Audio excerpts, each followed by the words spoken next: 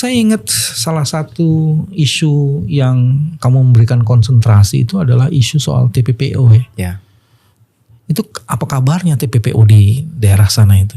Jadi di kepolisian itu saya cukup ketika dalam penanganan ini betul-betul saya ya seperti Pak Bambang dulu ketika menegakkan pidana korupsi, integritas itu yang harus ditampilkan.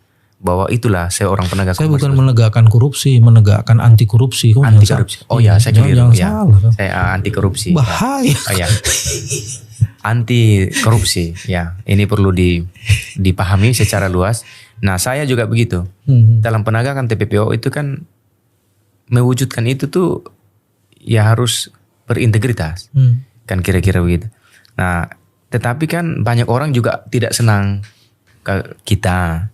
Lalu bisa saja mereka memframingkan berbagai fitnah. Kan saya sudah dengar berapa banyak bahwa saya punya perusahaan TKI. Di framing sampai tingkat, karena saya sangat gentol di masalah itu, dibalik lagi.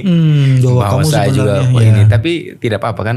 Yang namanya benar, pasti benar. Yes. Kalau saya pegang teguh itu. Yes. Integritas itu semacam mata uang. Dan dia laku di sepanjang zaman, di situasi apapun. Ya. Jadi kamu pegang mata uang yang udah benar itu sebenarnya. Terakhir ini ketika ribut-ribut itu sebenarnya kamu sedang ngapain tuh? Sedang apa? Konsentrasi di isu apa itu? Jadi kan gini, kan manusia itu dia cara pandang dan cara melihat sebuah kasus itu berbeda. Ada yang dia hanya berpikir bahwa bagaimana menegakkan hukum, sudah selesai. Prosedural.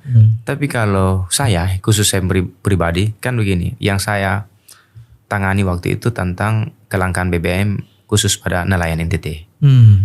Lah, kenapa saya konsen di situ? Karena itu salah satu poin di mana tindak pidana perdagangan orang itu akan muncul ketika ekonomi kerakyatan subsidi ini disabotase oleh kelompok-kelompok yang bukan nelayan.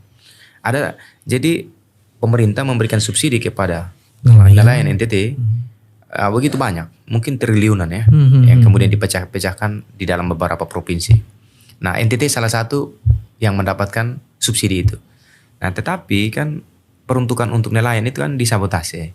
Nah, ini kan ekonomi kerakyatan yang selalu saya bilang ekonomi kerakyatan kepentingan primernya. Nah, kepentingan primer itu untuk menjadi nelayan.